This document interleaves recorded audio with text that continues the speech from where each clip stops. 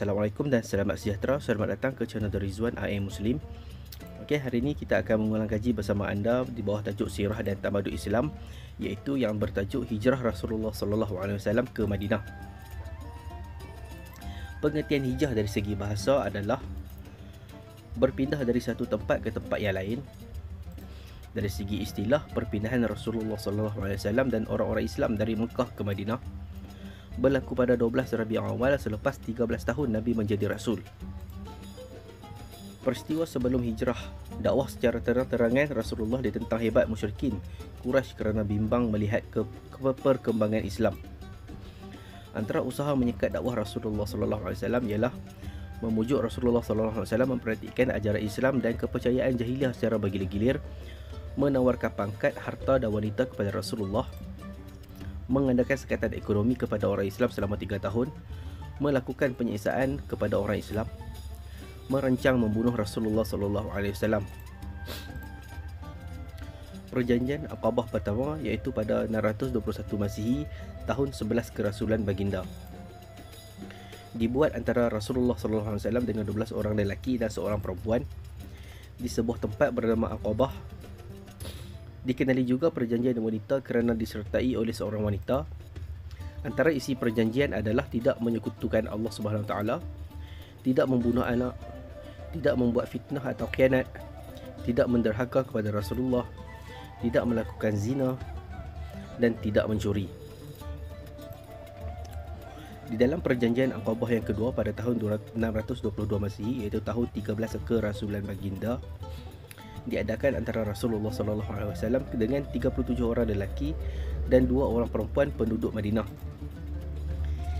Isi perjanjian adalah menjadikan Rasulullah SAW pemimpin mereka, berjanji menjaga dan mempertahankan keselamatan Rasulullah, berjanji berjuang mempertahankan Islam, dan sanggup bekerjasama dan membantu Rasulullah SAW.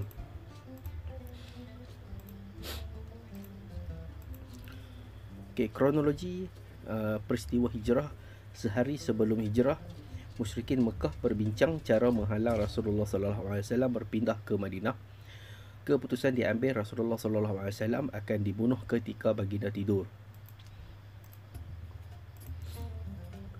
Semasa malam peristiwa hijrah, musyrikin Quraisy mengepung rumah Rasulullah dan bersiap sedia menyerbu rumah baginda serta membunuhnya. Niat jahat mereka diberitahu Allah SWT kepada Rasulullah dan memerintahkannya berhijrah ke Madinah.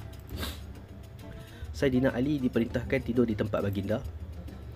Rasulullah keluar senyap-senyap dari rumah baginda dan pergi ke rumah Abu Bakar bersembunyi.